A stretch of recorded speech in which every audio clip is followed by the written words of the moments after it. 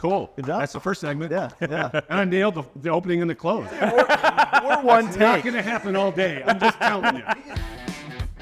I'm your host, Jeff Sart. We're going to take you behind the scenes with the craft distillers who are pouring their heart and soul into crafting the next version of America's spirit. This is the Great American Whiskey Cookers.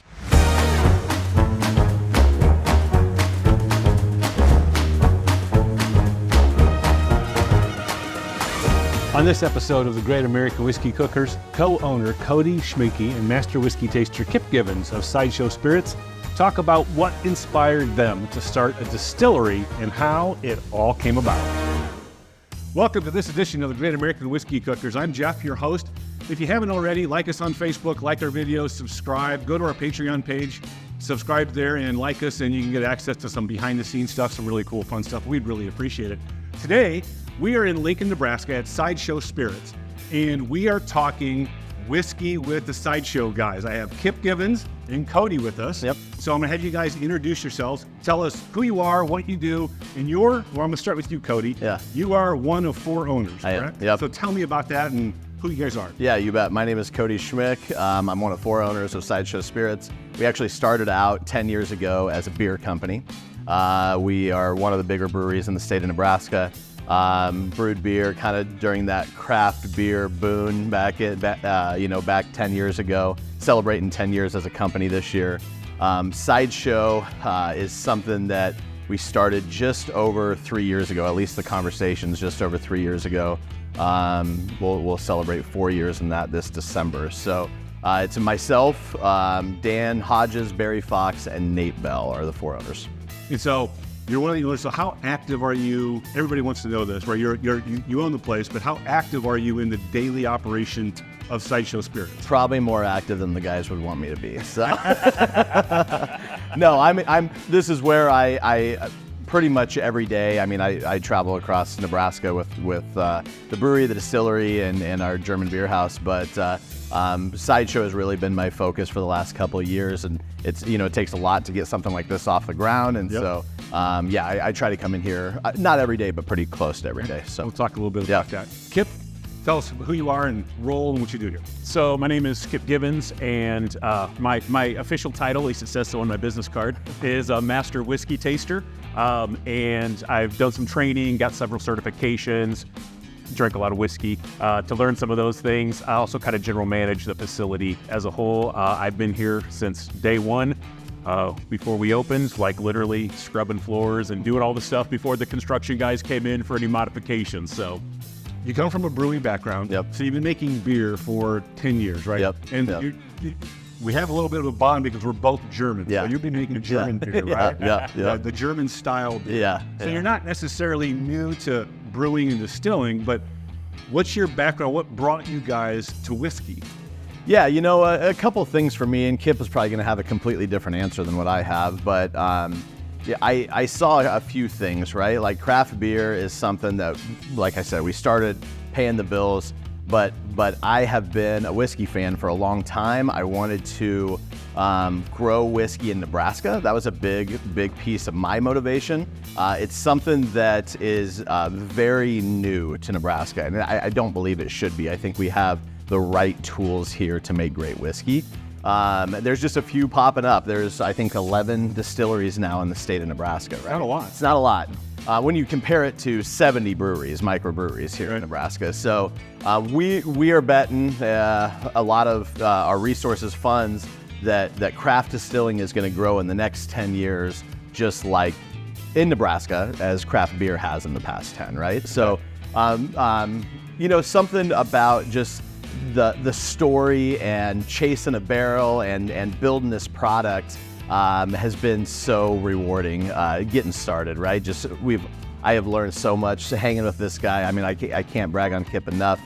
He knows, gives us a lot of street cred in the whiskey world. Let's just say that, he knows as much or more than anybody in the state of Nebraska about whiskey and history. And so just being around him and soaking that in and just sharing our passion together, one of the things that I remember early on is Kip and I just driving down I-80. I don't even know where we were going. Yeah. And we're talking about this dream of opening this distillery. So Kip was working security for me at that time, and we're just dreaming about this. And Kip came to me and said, man, if you're going to open a distillery, I want to be a part of this in some way, shape, or form. And so, yeah, it's just cool kind of thinking back to those things. And now this December, we'll celebrate 4 years here.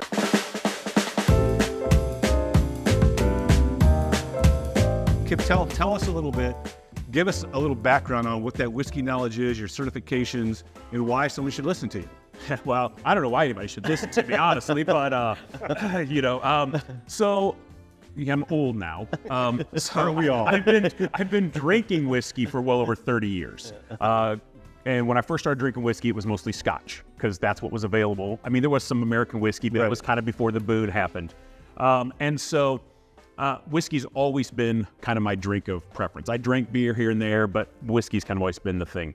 And then just over the last probably 5 or so years, it really kind of took a life of its own.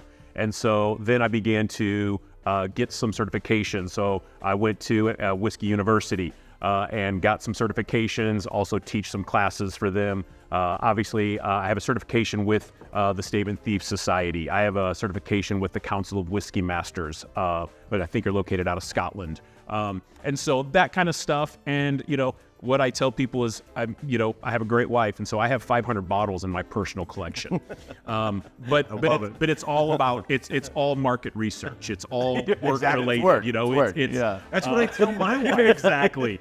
And so, every night, it's not just, I'm going to go drink tonight. Every night is work. Right. I'm going to pick a glass. I'm going to pick a bottle. I'm going to do the thing, And so, obviously, I have, some responsibilities from the business side, but only what they put on me. Yeah. Sure. They can handle that, and I do what I need to. For me, it is I love this. I love this industry. I love this business. I love what we're doing here and what we're building. And I have been here from day one, and I love that process. That's great. And just being able to do that.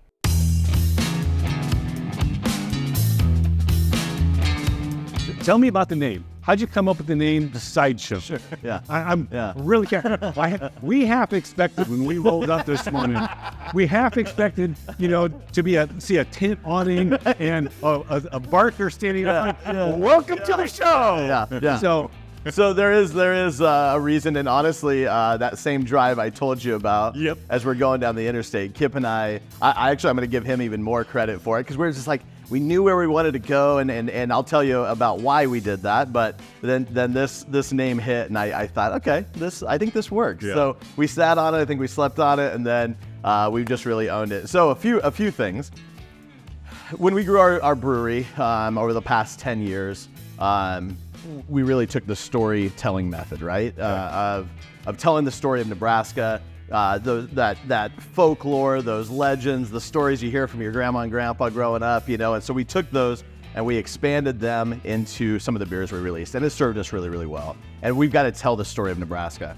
Well, we felt like we were good at the storytelling aspect of marketing, and so we decided we wanted to give ourselves kind of a wide girth to tell more stories, right? Makes sense. So if you look in that kind of Dust Bowl era, early 1900s, late 1800s, when Nebraska was just getting its start, or the Midwest, just these territories were getting their start, a big part of the entertainment piece, which we think we're pretty good at throwing parties, right? So a big part of the entertainment piece is these traveling shows that go around to these small communities, these small towns, not really like a carnival per se or a circus, but just like kind of one man, one trailer, medicine shows, some of these things, and telling that story. So now we're looking up all these stories in Nebraska and Kansas and Wyoming and Colorado of these folks that would just travel around during that era. And so we've unearthed some pretty fun stories. One of which, a big German guy in Omaha found a baby cub bear and raised it, and he was this German bear wrestler, and he traveled all over with some of these groups and by himself, right? And so we get to unearth these stories and then tell them. We don't tell them in a very blunt way. Honestly, we kind of massage them in. We want people to dive into who we are as a group and our community and our culture, and then find these little Easter eggs, right? Like the mark of a true classic is every time you read it, you find something new, right? And so we wanted to build layers on this, and I think we've done a good job at building that. Growing a brand is hard. There's no two ways around it, but it's something that we're really passionate about. We spend a lot of hours talking about this, and we want to be authentic. Authenticity is king, right? And so just bring authentic people in, tell authentic stories, and celebrate the culture that's brought us to this point. Fantastic. Yep. So where do they find you? You're here in Lincoln, but where can they find you, either online here in Lincoln or any place else? And so tell us that. So, I mean, physically, obviously, our distillery here in Lincoln at downtown at 16th and P Street. We have a speakeasy style cocktail bar. We have a showroom. We do tours, tastings, and obviously retail bottle shop. Our sister company, the brewery, can cater locations throughout the state. Will all carry our product. Okay. And then we are actually just now starting to roll out into some retail outlets here in the state. Some of your, I won't say bigger because we're hitting them all, but so basically if you go and find whiskey, if we're not there, we're coming. We're on our way to get to all of those places throughout the state. Fantastic. We're at about 700 accounts across the state with our beer, and so we have those relationships built, and we've built a reputation of quality on beer, right? And so the market knows we're coming. They also know they have to be patient, just as we're being patient, and they know we're going to bring good product to the market when we do decide that. So we actually just made the decision, hitting that in 3 to 4 year mark of releasing some bottles into the wild. And so Kip and Lori are working on that right now, and it's been very well received. So online, I would say the best way to find us, we're probably most active on Facebook, Instagram. We do a little bit of TikTok and a little bit of, I don't think we're doing Snapchat yet. Our website's very robust though. Like one of the things that I felt was really important, maybe not for all businesses, but for this type of business, since we have so many facets to what we do, we're keeping a very robust, up-to-date website as well, and that's sideshowspirits.com. Fantastic. Yep. Cody, Kip, thanks very much for the conversation. Yep. This has been great. Love learning about the distillery. I'm Jeff for the Great American Whiskey Cookers. You can find us online on all the socials. You can find us at thegreatamericanwhiskeycookers.com, of course. Hit our Patreon site. We'd really love it. Until next time, can't be good. Be good at it. See ya.